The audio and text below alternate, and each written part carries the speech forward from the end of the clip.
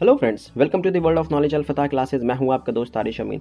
Friends, जैसा कि आपके सामने थंबनेल बना हुआ है बिहार समान ज्ञान बिहार का इतिहास, जैसा कि हम बिहार स्पेशल की वीडियो श्रृंखला कर रहे हैं जिसमें हमने बहुत सारे टॉपिक्स को बिहार के क्लियर किया है। अगर आपने उसका वीडियो नहीं देखा है तो डिस्क्रिप्शन में लिंक मिल जाएगा, आप वहाँ से बिहार स्पेशल्स का वीडियो देख सकते हैं। आज का हमारा टॉपिक है बिहार में नागरिक सरकार का गठन, कि किस तरह से भारत में नागरिक सरकार का गठन होता है।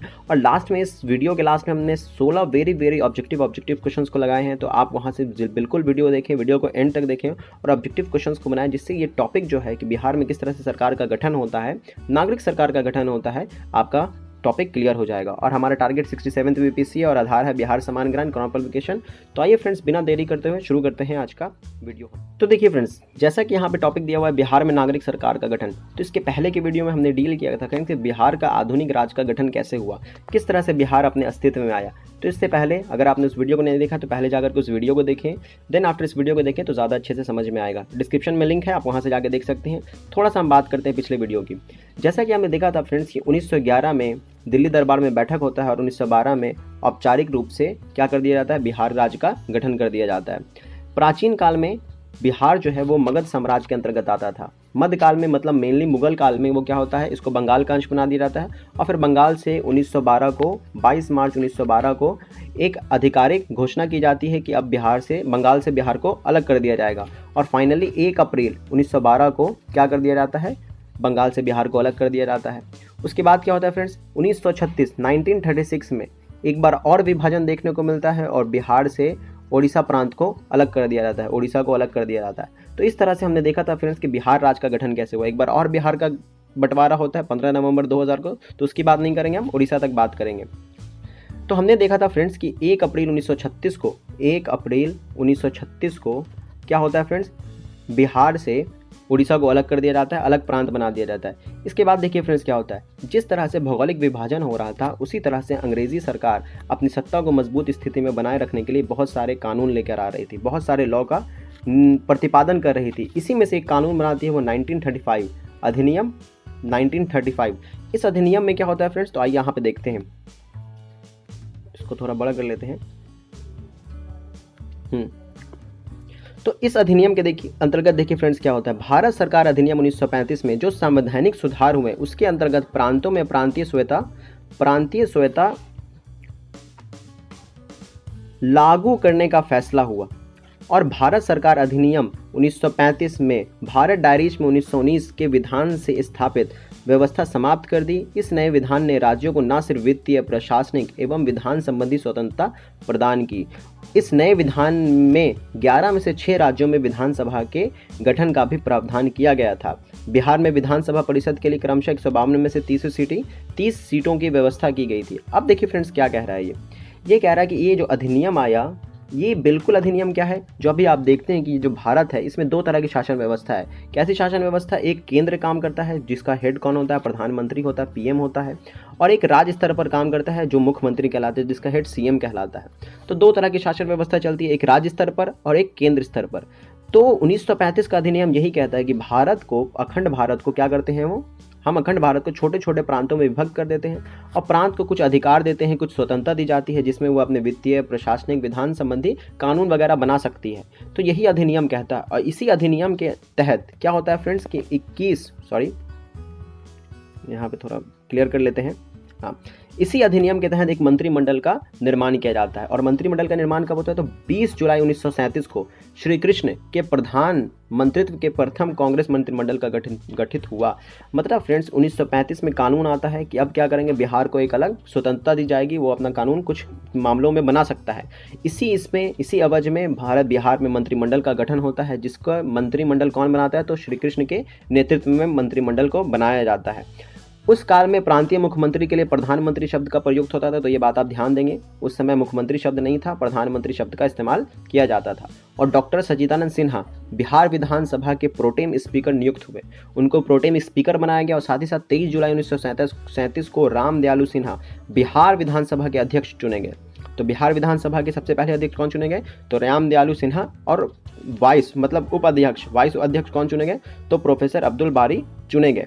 लेकिन क्या होता है फ्रेंड्स कि जिस तरह से ये सरकार चल रही होती है उसी के दरमियान 2 साल के बाद 31 अक्टूबर 1939 को क्या होता है, द्वितीय विश्व युद्ध शुरू होता है और अंग्रेजी सरकार ज़बरदस्ती बिना पूछे भारत को दूसरे विश्व युद्ध में शामिल कर लेती है। इससे क्या होता है, जो भारत के जितने भी नेता थे वो नाराज़ हो जाते हैं और अपना त्याग पत्र दे देते हैं। इस तरह त्याग पत्र देने से क्या होता है फ्रेंड्स, राज्य की विधानसभा भंग हो जाती है और पूरी तरह से मंत्रिमंडल खत्म हो जाता है। तो इस तरह से हमने देखा फ्रेंड्स 1935 में कानून बना, 1937 में बिहार में क्या होता है, मंत्रिमंडल गठित होता है और 1939 में वो क्या होता है, मंत्रिमंडल भंग हो जाता है। क्यों भंग हो जाता है, तो अंग्रेजी सरकार बिना पूछे, नेताओं से बिना पूछे क्या कर देती है, विश्व युद्ध में भारत को शामिल कर देती है। फिर दोबारा से मंत्रिमंडल का गठन होता है 1946 में। तो आइए फ्रेंड्स इसके बारे में जानते हैं।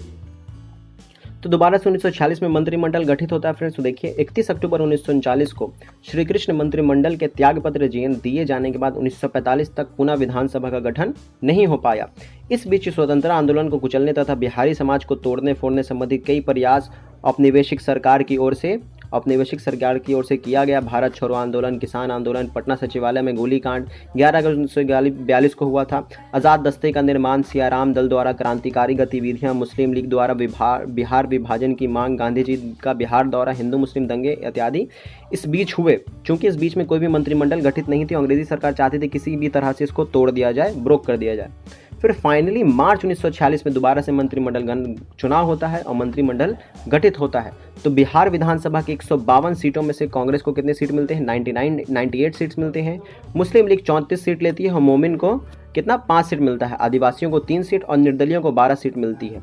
तो दोबारा से 1946 में मार्च 1946 में मंत्रिमंडल गठित होता है और इतनी सीटें 152 में से इतने सीटें मिलती हैं सबको। मार्च 1946 में श्री कृष्ण सिंह के नेतृत्व में दोबारा से मंत्रिमंडल का गठन होता है। कांग्रेस मंत्रिमंडल के ने शपथ ग्रहण की। बिहार विधानसभा से संविधान सभा के लिए 39 सदस्य चुने गए। आपको पता है फ्रेंड्स कि हमारे संविधान का निर्माण किसने किया है, तो संविधान सभा ने निर्माण किया है। तो जिस तरह से मंत्रिमंडल का गठन हुआ उसी तरह से बिहार को विधानसभा के लिए भी अपने सदस्यों को भेजना था। तो कितने सदस्य भेजे बिहार ने, 39 सदस्यों को भेजे, जिनमें से फेमस कौन कौन है, तो सरोजिनी नायडू हैं, सच्चिदानंद सिन्हा हैं जो हमारे संविधान सभा के अस्थायी अध्यक्ष चुने गए थे प्रथम। उसके बाद राजेंद्र प्रसाद हैं, जगजीवन राम है, तजुल हुसैन आदि के नाम क्या है इसमें प्रमुख है। आगे बात करते हैं फ्रेंड्स। फिर 15 अगस्त 1947 को हमारा देश आज़ाद होता है और फाइनली यहाँ से एक नए भारत की शुरुआत होती है। उसके बाद क्या होता है फ्रेंड्स, दोबारा से स्वतंत्र भारत में मंत्रिमंडल का गठन। अब जब हमारा देश आज़ाद हो जाता है, स्वतंत्र भारत होता है, फिर से इलेक्शन होते हैं और यहाँ दोबारा से मंत्रिमंडल का गठन होता है। तो स्वतंत्र भारत के संविधान के अंतर्गत प्रथम आम निर्वाचन 1952 में हुआ। कब हुआ, तो 1952 में हुआ, जिसके अंतर्गत विधानसभा के सदस्यों की संख्या कितना निश्चित की गई, 330। तो उस जमाने में बिहार के विधानसभा की सदस्यों की संख्या कितनी थी, 330 थी। आप कमेंट सेक्शन में बताएं कि फ्रेंड्स अभी वर्तमान में बिहार में विधानसभा सदस्यों की संख्या कितनी है, कितनी सीटें हैं, उस जमाने में कितना था, तो 330 था। एवं एक मनोनीत सदस्य का प्रावधान था। श्री कृष्ण ने बिहार के मुख्यमंत्री का कार्यभार संभाला और अपनी मृत्यु तक 31 जनवरी 1961 तक बिहार के मुख्यमंत्री बने रहे। तो इस तरह से एक और सवाल हो सकता है कि बिहार के प्रथम मुख्यमंत्री कौन थे आज़ादी के बाद, तो श्री कृष्ण सिंह थे। तो इस तरह से यहाँ पे ये ऑब्जेक्टिव क्वेश्चंस का मतलब सब्जेक्टिव का जो थ्योरी पोर्शन था वो कंप्लीट होता है। आगे बढ़ते हैं हम अपने ऑब्जेक्टिव क्वेश्चंस की ओर और इस टॉपिक का ऑब्जेक्टिव क्वेश्चंस बनाते हैं। तो देखिए फ्रेंड्स, ये हमारा क्वेश्चन आ गया है। 16 क्वेश्चन इसमें दिया गया है, हम एक एक करके सबको डील करेंगे। तो पहला सवाल है, गणतांत्रिक शासन व्यवस्था विश्व समाज को कहाँ से प्राप्त हुआ। बताइए फ्रेंड्स, 4 ऑप्शन है, Rome, England, France, Bihar. And the correct option is option number D, Bihar. क्योंकि आप जानते हैं फ्रेंड्स कि बिहार में एक गणतंत्र क्षेत्र था जिसका नाम था लिच्छवी, जो किसके अंतर्गत आता था फ्रेंड्स, तो वैशाली जिला है, जो बिहार में एक जिला है वैशाली जिला, उसी के अंतर्गत एक लिच्छवी प्रांत था, लिच्छवी क्षेत्र था, जहाँ पे गणतंत्रात्मक शासन व्यवस्था थी। तो गणतांत्रिक शासन व्यवस्था विश्व समाज को कहाँ से प्राप्त हुआ, तो बिहार से प्राप्त हुआ। नेक्स्ट क्वेश्चन नंबर 2 देखते हैं। भारतीय संविधान के अंतर्गत बिहार विधानसभा के सदस्यों की संख्या तय की गई। कितनी तय की गई थी फ्रेंड्स, तो जैसा कि मैंने अभी बताया था 330 तय की गई है। आज से 2500 वर्ष पूर्व लिच्छवी गणतंत्र की राजधानी कहाँ थी राजधानी, तो वैशाली, जो कि बिहार का एक जिला है। अगला सवाल बात करते हैं, लिच्छवी गणराज्य का उल्लेख हुआ है। तो लिच्छवी गणराज्य कैसा गणराज्य था, तो इसका उल्लेख कहाँ मिलता है, तो अंगुत्तर निकाय में मिलता है, विनय पिटक में मिलता है, फाहियान, युआन, चुआंड, हेनस्वांग इतिसंग आदि बौद्ध तीर्थ यात्रियों के यात्रा वृत्तांत में, या फिर उपरोक्त सभी। तो हम जानते हैं फ्रेंड्स कि हम जानते हैं कि लिच्छवी गणराज्य का उल्लेख अंगुत्तर निकाय इसमें सब में मिला है, तो option number D is the correct option हो जाएगा, उपरोक्त सभी में मिला है। 5वां सवाल, इंडियन इंडिपेंडेंस बिल संसद में कब प्रस्तुत किया गया था? इंडियन इंडिपेंडेंस बिल तो जुलाई 1947 में किया गया था। देश के बंटवारे के पश्चात संविधान सभा के कितने सदस्य रह गए थे जिन्होंने भारत की संविधान सभा के निर्माण में भाग लिया? बताइए फ्रेंड्स, बहुत आसान सवाल है and the correct option is option number B 299। Total 389 सदस्य को चुना गया था पूरे भारत से, जिसमें से 90 सदस्य पाकिस्तान के बंटवारे के बाद 90 सदस्य पाकिस्तान में चले जाते हैं, जिसमें 299 कहाँ बच जाते हैं? हिंदुस्तान में बच जाते हैं संविधान सभा के सदस्य। तो इस तरह से इसका करेक्ट ऑप्शन क्या हो जाएगा? Option number B 299। आगे बात करते हैं, भारतीय संविधान सभा ने भारतीय संविधान को कब पारित किया? फ्रेंड्स, भारतीय संविधान से दो क्वेश्चन बनता है, एक अंगीकृत कब किया और एक पारित कब किया। पारित मतलब लागू, तो लागू के लिए हम जानते हैं कब हुआ था फ्रेंड्स? लागू 26 जनवरी 1950 में लागू हुआ था।